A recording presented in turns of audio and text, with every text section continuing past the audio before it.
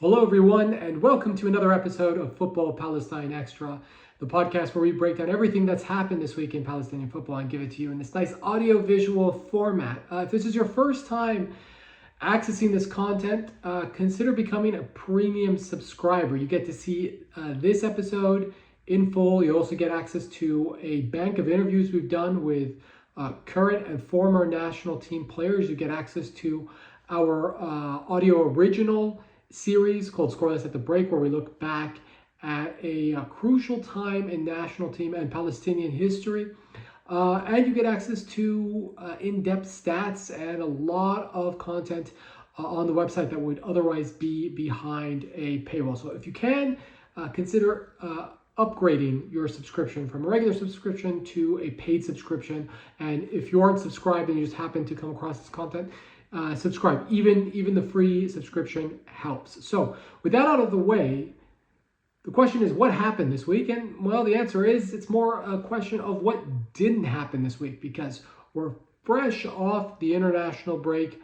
And as we learned, a couple weeks before, we were going to play against Benin and Mauritania in Morocco. Then the war on Iran broke out. Obviously, travel has been disrupted. Those games got canceled. Palestine was not in action.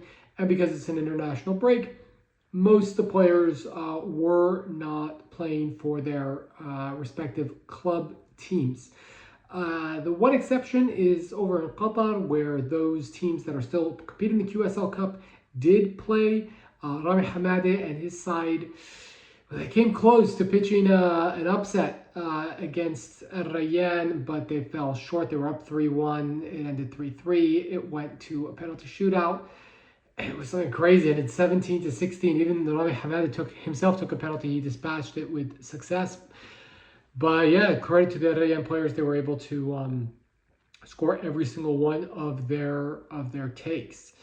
So with that said, what we're going to do in this episode is do something a little bit different. We're going to look at kind of global football and a whole Asian football in particular, and speak about what happens next. And what I really want to focus on first is the Asian Cup.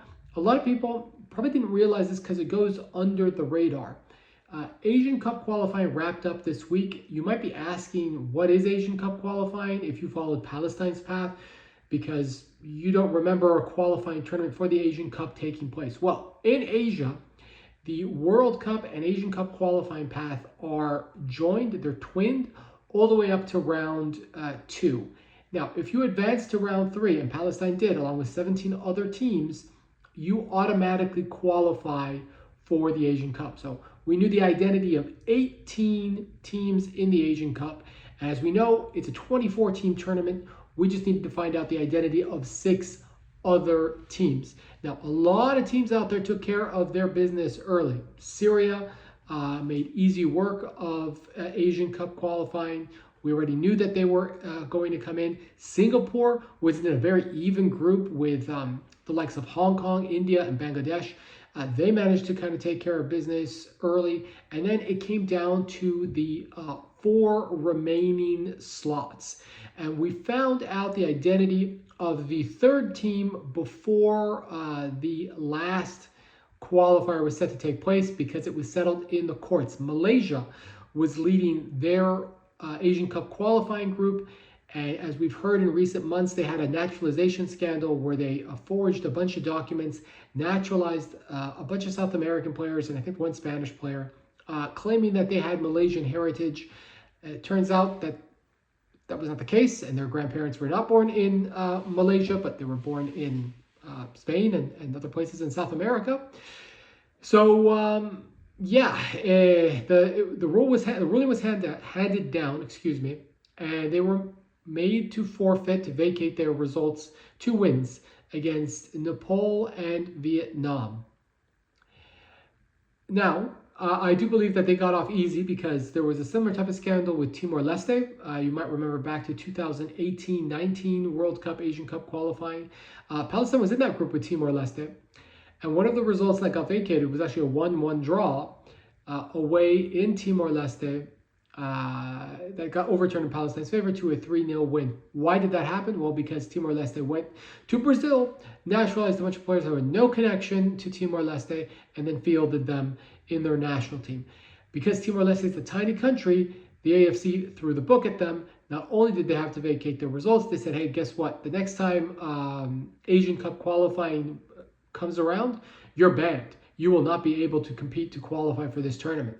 They did not do that to Malaysia because Malaysia is a significantly bigger country, a rich country, a country with a lot of connections within the AFC. Keep in mind, Kuala Lumpur, the country's capital, is the headquarters of the Asian Football Confederation. So they didn't do that, which I personally thought was a farce because it's not the equal application of the law. But because that happened, Vietnam qualified. So if you're keeping track at home, Syria, Singapore, Vietnam, we knew before this final match day. And so we were made to wait for the identity of the final three. And it came down to this. Tajikistan versus Philippines in Philippines. Tajikistan needed just a draw. They got that result. Both teams finished even on points, but the tiebreaker broke in favor of Tajikistan. And then another really interesting match because you had Turkmenistan against Thailand, and Thailand had already lost to Turkmenistan, and the first tiebreaker was not goal difference, it was actually head-to-head. And 88 minutes in to this match, which I believe was held in Thailand, I believe it was held in Bangkok, it was 1-1, and the teams were even up points, but Turkmenistan was going to the Asian Cup, and Thailand, massive country, a population of I think 80 million people, football mad, really strong league that produces good teams that compete in Asian competition.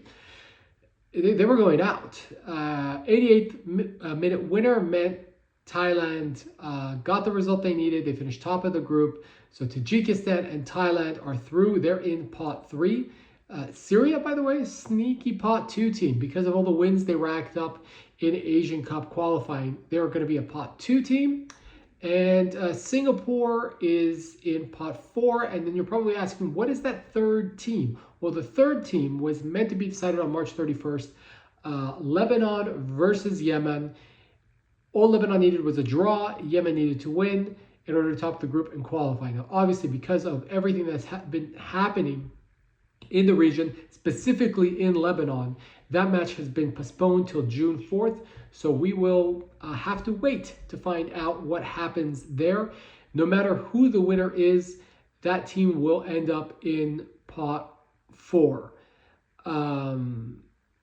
So yeah, we'll have to wait. We were also meant to be looking forward to a draw for the Asian Cup. That as well has been postponed. It was meant to be taking place on April 11th, but it's been postponed and they have not really stated when the draw will be made. So you're probably asking yourselves, okay, Palestine is in, what pot are they in? They're a pot 3 team. That means they cannot face the following teams. They cannot be drawn into a group of 4 with the following teams: Bahrain, Thailand, China, Vietnam, Tajikistan. So Palestine cannot face those teams at the group stage. Now, who could they face? I'll go through the pots. So pot 1, the host Saudi Arabia, the top seeded team, followed by Japan, Iran, South Korea, Australia, Uzbekistan. Pot 2, Qatar is the top ranked side there. They are joined by Iraq, Jordan, United Arab Emirates, Oman, and Syria. So a exclusively Arab pot there. And then they can be joined as well by the teams in pot 4, Kyrgyzstan, North Korea, Indonesia, Kuwait, Singapore, and then the winner of Yemen against Lebanon. So you're probably going to ask, hey, Basil, what do you think? What should we be hoping for? And I'm of a differing opinion. I personally think that this is an Asian Cup and you want to A, test yourself against the best, B, play opponents that you haven't faced before to make it feel like an occasion. And you're looking down at pot 1. We've played Japan once in our history. And that was our first ever game at an Asian Cup. We lost 4-0. The other teams in this group we faced relatively recently, Saudi Arabia at the Arab Cup, also in 2022 and 2018 World Cup qualifying. We faced South Korea in 2026 World Cup qualifying. We faced Australia in round 2 of 2026 World Cup qualifying. We faced Iran at the last Asian Cup. So personally, if I had to pick, it would be Japan for the challenge and to be able to prove a point that we're a way, way better team than that team that lost 4-0 to Japan in their first ever Asian Cup game down in Newcastle, Australia. If it's not going to be Japan, I'd like Uzbekistan because we haven't faced them in a competitive match in a very, very long time. We have to go back to 2019, the last time we played them in a match that mattered. We faced them in a scrimmage before the Asian Cup, but that was behind closed doors. If I had to have a third choice, if it has to be one of these sites that we faced recently, I would say Saudi Arabia, if only to have the prestige of playing in the opening match. I think I would like it. I think the players would like it. I think the players really got up for playing the opening match against Qatar at the Arab Cup. So yeah, I would 100% be down for that if Japan or Uzbekistan don't end up being our opponents. Pot 2, listen, I will guarantee you right now, it's going to happen. It's going to the fate will just bring us together, and you just know we're going to be grouped with Jordan, right? Like, you just know it's going to happen. Like, honestly, I wouldn't want to face them because I don't want to face a nation that we faced so recently, right? You want something different. So Jordan and Iraq, we just faced them, right? Like you would be going from playing against them in March 2024 to playing them again in January 2027. So yeah, like 2.5 year gap between those matches. Yeah, I'm not keen. Oman is also a possibility as well. I would more want to play Oman if just to get a sense of revenge. Obviously, there's a sense of revenge and rivalry with Jordan, but we see them so often. So, yeah, I'd want Oman or the United Arab Emirates for obvious reasons. These would be the two. If I had to pick one, if you really wanted me to pick one, I would say, yeah, give me the UAE. Yeah, I know we were grouped in the same Asian Cup group, but let's face them and their fake national team. And show them what it means to actually represent your country. So give me UAE. I would definitely 100%, if I had just one choice from this group, I would say United Arab Emirates. Second choice, Oman. Third choice, not really a choice, just knowing full well that this is going to happen. We're probably going to end up facing Jordan. And if we face Jordan, then maybe this would be a great time to figure out how to beat them. Pot 3. We're in pot 3. So pot 4, interesting, really. Kyrgyzstan, Korea, DPR, Indonesia, Kuwait, Singapore, the winner of Yemen against Lebanon. Again, we faced Lebanon twice in World Cup qualifying. A stubborn side, really, really stubborn side. So if it is going to be them, and I think it will be them, to be honest with you, it'll be the battle of Algerian coaches, by the way, because Lebanon just hired Majid Bouguerra, who was Algeria's B coach, won the Arab Cup in 2021, and now I think it's becoming something of a trend to hire the North African coach that's done well at the Arab Cup. Oman hired Tariq Sakuti away from Morocco. Jordan obviously has hired 2 Moroccan coaches back-to-back, one of whom was Hussein Ammouta, who won, or he didn't win the Arab Cup, but was the best coach at the Arab Cup in 2021. And then went to Jamal Salami right after he resigned. And then you have Majid Bouguerra with Lebanon. And guess who coaches Yemen? Our old friend Nuruddin Walid Ali. So, if it's Nuruddin and Yemen, give me that, because that's going to be an easy 3 points. They're not going to do anything. They'll just bunker and hope for the best. So if it's somehow Yemen that gets out of that tie, give me Yemen. Lebanon would be a little bit more reticent to play against, because although they can sometimes be limited, I think they have more quality and experience, if that makes sense. And I do believe that Magic Bulgara will get something out of them. He will have ideas of what to do in attack, whereas Nuruddin Udaydani has no clue of what to do in attack. I think the easiest team to play in this group, though, is definitely Singapore. Least experienced of the bunch. It's their first Asian Cup, I believe, on merit. I think the only other time they went to the Asian Cup was in 1984 when they were the hosts. So I think you definitely want to be targeting Singapore because that seems like it would be an easy 3 points. I think the toughest team in this group is probably Indonesia, given the quality they have in their team. Kyrgyzstan not far behind them, but I think, with the three, Kyrgyzstan, North Korea, Indonesia, they're a different proposition away from home. And especially when it comes to North Korea. North Korea is a side that if you face them in Pyongyang, they're going to give you hell. But, at the last couple of Asian Cups, especially the ones that were hosted in West Asia, they've been way off the pace. I think in 2015, they were the second worst side at the Asian Cup. We were the worst, by the way. In 2019, they were atrocious. They just got blown out in every single game, failed to score a goal. And in 2023, they weren't there because they withdrew due to COVID reasons. I believe I'm correct. Yeah, they weren't there. Yeah, they weren't there because they had withdrawn because of COVID. And so you're heading into another Asian Cup hosted in West Asia. It's a bit of a question mark. I don't think they're a bad team, but I think they're one of these teams that definitely isn't as good when they're not on their home patch and is really bad when you put them out there in West Asia.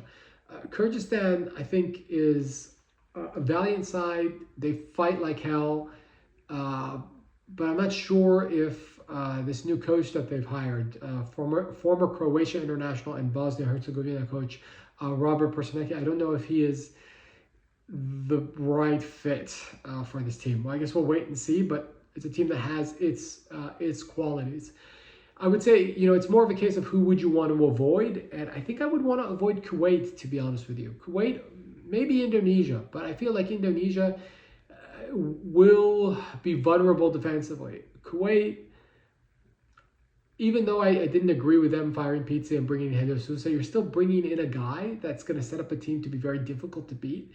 And when two Arab teams play each other, it's just really a battle of attrition. It's just really, really tough.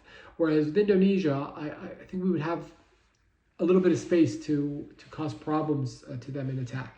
So not really concerned about whichever team we face in Pot 4. There isn't one that I necessarily want to avoid. I think Singapore is the one that you would want.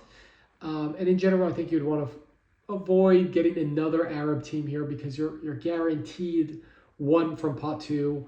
Ourselves would be in the group as well, so you would want a little bit of diversity. That's what the Asian Cup is for. It's a little bit difficult when 11 out of the 24 teams are from the Arab region, but you would want that diversity. So I would want to play a North Korea, who, by the way, we haven't faced in a very, very long time. We played them once at a Challenge Cup in 2012. They beat us in that semifinal, and they ended up qualifying for the 2015 Asian Cup that way. So, yeah, I would say, I wouldn't mind to face North Korea because it's been such a long time. And again, I don't think they're all that scary outside of Pyongyang, and what they've done at the last couple of Asian Cups has been